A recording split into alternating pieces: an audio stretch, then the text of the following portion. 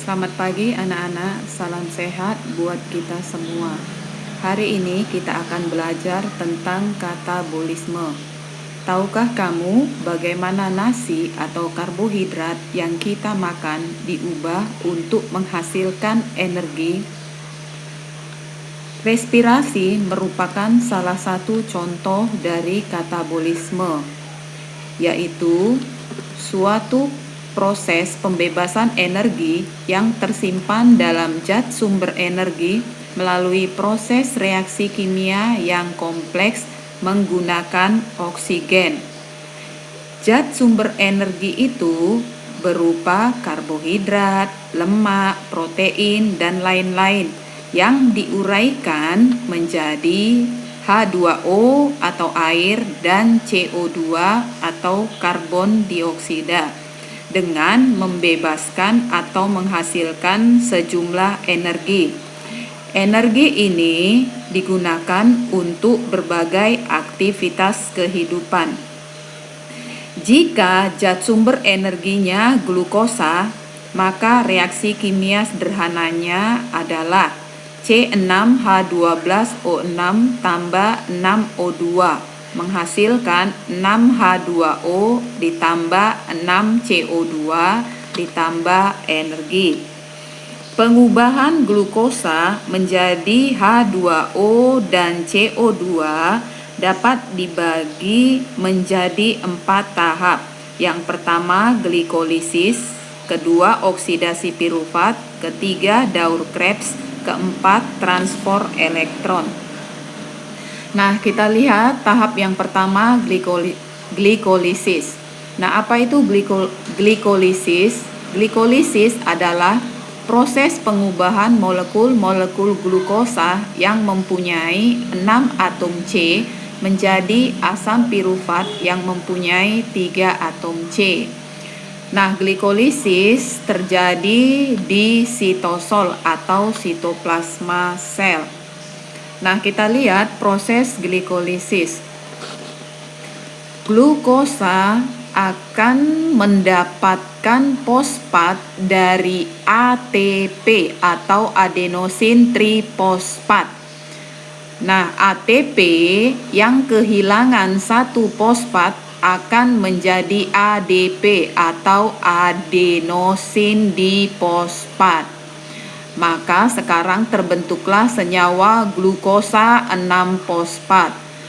Nah, peristiwa ini terjadi atau dibantu oleh enzim heksokinase.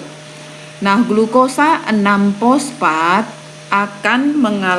akan dikatalis oleh enzim fosfoglukosa isomerase menjadi senyawa fruktosa 6-fosfat.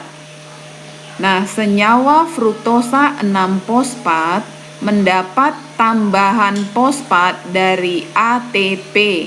ATP akan menjadi ADP. Nah, kenapa menjadi ADP?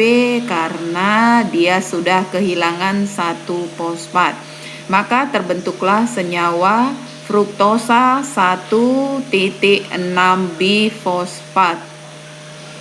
Nah, senyawa fruktosa 1,6-bifosfat akan terpecah menjadi 2 senyawa, yaitu dihidroksiaseton fosfat dan senyawa gliseraldehida 3-fosfat. Peristiwa ini dibantu oleh enzim isomerase. Kemudian kedua senyawa ini akan mengalami oksidasi dan fosforilasi atau penambahan fosfat. Nah, akhirnya terbentuklah 2 molekul NADH12 dan 2 senyawa BPG atau 1,3-bifosfogliserat. Nah, senyawa 1,3-bifosfogliserat akan melepaskan satu fosfatnya. Nah, senyawa fosfat yang dilepaskan ini akan ditangkap oleh ADP. ADP akan berubah menjadi ATP. Nah, lihat di sini ADP mempunyai 2 fosfat, mendapat tambahan 1 fosfat, maka dia menjadi ATP. Nah, sekarang terbentuklah senyawa 3-fosfogliserat.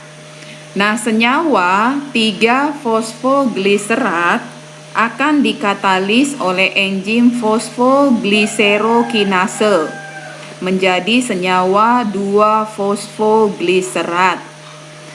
Nah, senyawa 2-fosfogliserat akan melepaskan H2O atau air. Maka terbentuklah senyawa fosfoenol pirufat.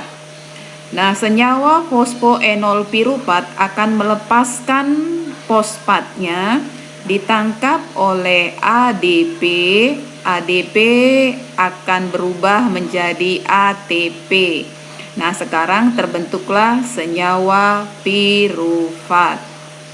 Nah, dalam proses glikolisis, dihasilkan 4 ATP. 1, 2, 3, 4. Nah, ATP yang digunakan ada 2. 1, 2. Nah, berarti dalam proses glikolisis, dihasilkan ATP 4 dikurang 2 yang digunakan. Berarti 4 dikurang 2 sama dengan 2. Nah, jadi dalam proses glikolisis itu dihasilkan 2 ATP.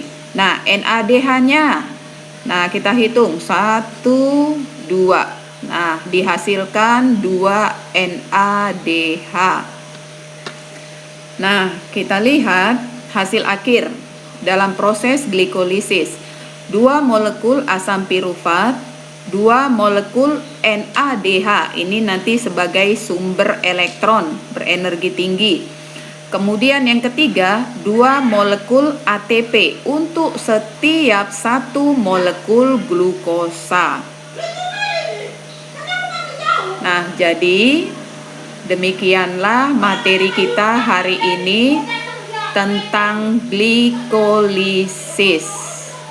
Nah, pertemuan selanjutnya kita akan mempelajari mengenai oksidasi pirufat atau tahap kedua dalam proses respirasi.